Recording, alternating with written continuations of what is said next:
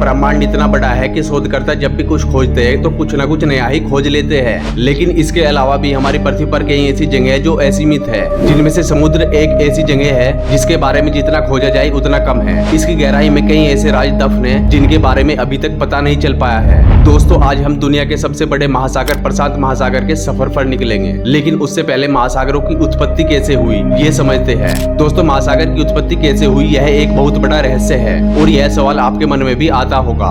दोस्तों, समुद्री वैज्ञानिकों के अनुसार समुद्र का जन्म पृथ्वी की सतह पर स्थित विशाल जल से भरे गड्ढों से हुआ है। इसे समझने के लिए हमें लाखों साल पीछे जाना होगा। तो दोस्तों, असल में हुआ यह था कि जब पृथ्वी का निर्माण हो रहा था तो हमारी पृथ्वी आग के गोले के रूप में अंतरिक्ष में तैर रही थी और जैसे जैसे पृथ्वी धीरे धीरे ठंडी होने लगी उसके चारों ओर गैस के बादल फैल गए एवं ठंडा होने के बाद ये बादल बहुत भारी हो गए और लगातार कई हजार वर्षों तक मूसलाधार बारिश करते रहे। उस समय पृथ्वी गर्म हुआ करती थी, इसलिए उस समय जो भी पानी बरसता था वह भाप बनकर ऊपर उड़ जाता था और वायुमंडल में बादल बन जाते थे और फिर बरसने लगते थे। दोस्तों, यह प्रक्रिया लाखों साल तक चलती रही और इस तरह पृथ्वी पूरी तरह से ठंडी हो गई और लाखों वर्षों तक लगातार हुई इस मूसलाधार बारिश की वजह से पृथ्वी पर मौजूद गहराई वाले विशाल गड्ढे पूरी तरह पानी से भर गए। पृथ्वी की सतह पर पानी से भरे यही विशाल गड्ढे बाद में समुद्र कहलाए। दोस्तों, हमारी पृथ्वी के लगभग 70% भाग में पानी पाया जाता है जिसे जलमंडल कहते हैं और इसी जलमंडल के कारण हमारी पृथ्वी एक नीले ग्रह के रूप में प्रतीत होती है, जिसके कारण हमारी पृथ्वी को नीला ग्रह कहा जाता है।